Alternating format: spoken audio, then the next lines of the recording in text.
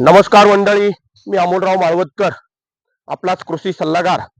मित्रांनो, शेतकरी भावांनो, येणारा काळ हा प्रचंड धोक्याचा आहे शेतीसाठी. गेली 7 महिने झालं धो धो पाऊस पडत आहे. कांद्याचं बियाणं संपुष्टात येण्याच्या तयारीत आहे. असे अनेक बियाणं लोकांनी पेरणी करून अनेक पिकं मोडकळीस आली आहेत.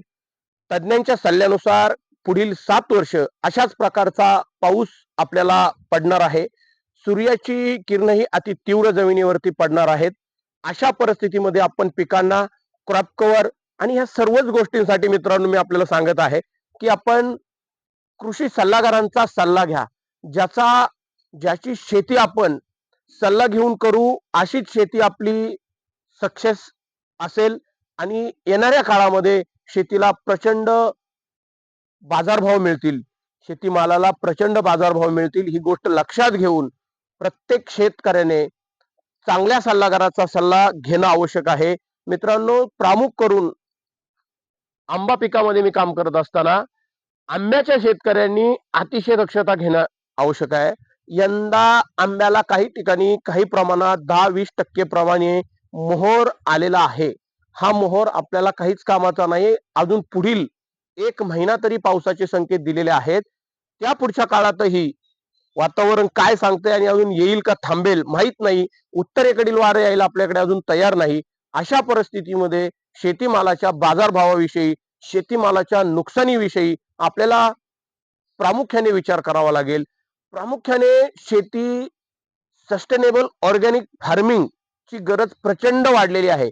भावांनो, आज आपण मेडिकलमध्ये जाऊन गोळ्या घेऊन किती दिवस बरं होणार आहे, हीच परिस्थिती शेती संदर्भात आलेली आहे.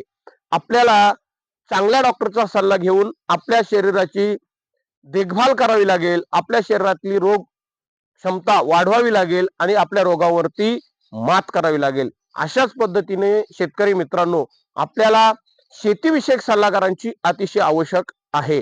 मातोश्री नर्सरी आपल्याला हव्या त्या पद्धतीचं सस्टेनेबल ऑर्गॅनिक इन्फ्रास्ट्रक्चर मॉडेल, शेतीकडे आपण शेती म्हणून पाहू नका, एक उद्योग म्हणून पहा, एक कंपनी म्हणून पहा, एक बिझनेस म्हणून पहा.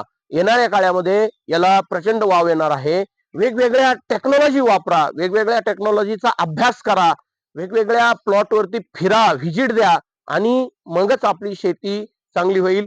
लाईट पासून बचत, लाईटची व्यवस्था कशी असावी, पाण्याची व्यवस्था कशी असावी, मोटरची व्यवस्था कशी असावी, ड्रीपची व्यवस्था कशी असावी, शेतीचे बांध कसे असावेत, बांधावरती कोणती झाडं असावीत, पीक कुठलं घ्यावं, कुठल्या वेळेत घ्यावं, क्रॉप कव्हर कसे वापरावेत, बेड कसे वापरावेत, एकाच बेड आणि मल्चिंग पद्धतीमध्ये अनेक फेर पिकं जास्तीत जास्त कशी घेता येतील आणि त्याला जास्तीत जास्त आपल्याला रिझल्ट कसा येतो, अशा पद्धतीच्या शेतीसाठी आपण पूर्ण इन्फ्रास्ट्रक्चर डेव्हलपमेंटसाठी मातोश्री नर्सरी आपल्याला अतोनात पद्धतीने आम्ही महाराष्ट्रभर, राज्यभर फिरून सगळ्या घडामोडींचा वास्तव आपल्या समोर आणून त्यातील सक्सेस स्टोरी आपल्या बांधावर, शेतावर राबवण्याचं काम हे मातोश्री नर्सरीच्या टीमच्या माध्यमातून आपण करत आहोत.